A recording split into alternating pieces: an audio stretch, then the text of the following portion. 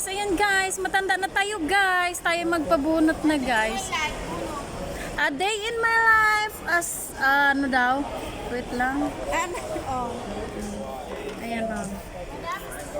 Ala guys. A day in my life as a taga-bunot din sa Dubai guys. Taga-bunot ang puti nga buhok.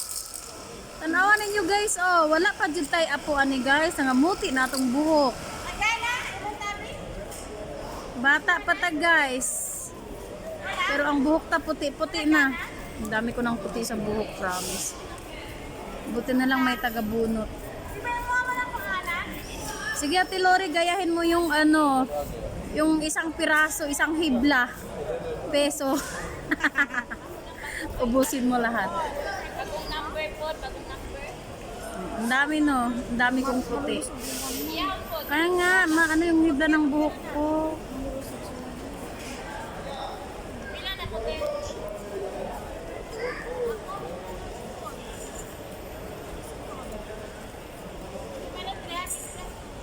Kamsa sa baon, arbaon.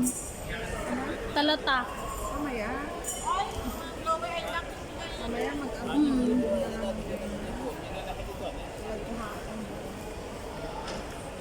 Tago pa. Kano ka kaya ganun mo.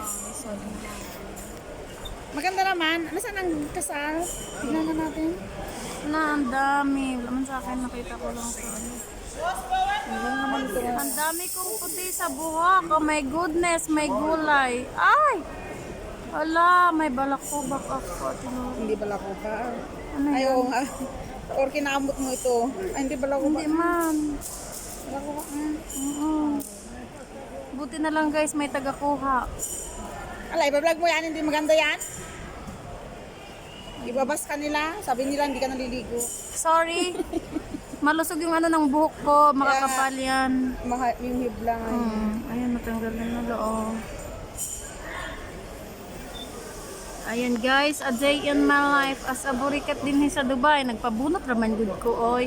Tanawan ninyo ang taga, nara guys, uloy kayo taga Marble, baya na siya, no? Naon sa ka, day? Yan sa'yo mong ginahulat, day? Hala, ang bata. Loy kayo ang bata, oy.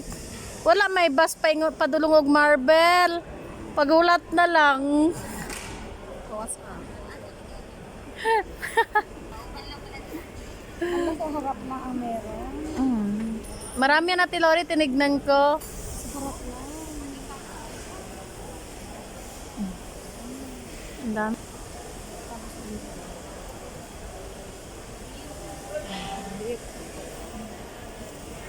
Ay, may buntis pala sa likod ko. So, ayan. Hindi, mag-start na ako mag-vlog-vlog, guys. Tinawanan ako ni Madam.